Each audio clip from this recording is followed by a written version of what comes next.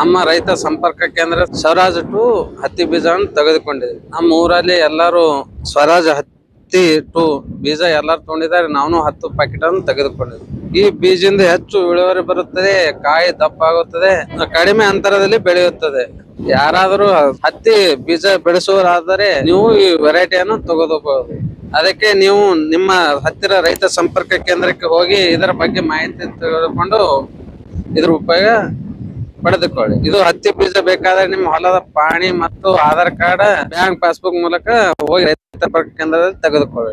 ನೀವು ಕಪಾಸ್ ಕ್ರಾಂತಿ ಯೋಜನೆಯ ಲಾಭ ಪಡೆಯಲು ಬಯಸಿದರೆ ನಿಮ್ಮ ಹತ್ತಿರದ ರೈತ ಸಂಪರ್ಕ ಕೇಂದ್ರಕ್ಕೆ ಭೇಟಿ ನೀಡಿ ಅಲ್ಲಿ Aadhaar card, bank passbook xerox, ಪಹಣಿ, 2 ಪಾಸ್ಪೋರ್ಟ್ ಸೈಜ್ ಫೋಟೋಗಳು ಹಾಗೂ ಬೀಜ ಖರೀದಿಸಿದ ಬಿಲ್ ಸಬ್ಮಿಟ್ ಮಾಡಿ. ಈ ಎಲ್ಲಾ ಡಾಕ್ಯುಮೆಂಟ್ ಸಲ್ಲಿಸಿದ ನಂತರ ಕೆಲವು ದಿನಗಳಲ್ಲಿ ಡಿಬಿಟಿ ಅಂದ್ರೆ ಡೈರೆಕ್ಟ್ ಬೆನಿಫಿಟ್ ಟ್ರಾನ್ಸ್ಫರ್ ಮೂಲಕ ನೀವು ಬೀಜ ಖರೀದಿಸಲು ಪಾವತಿಸಿದ ಸಂಪೂರ್ಣ ಮೊತ್ತವು ನಿಮ್ಮ ಬ್ಯಾಂಕ್ ಖಾತೆಗೆ ಜಮೆಯಾಗುತ್ತದೆ.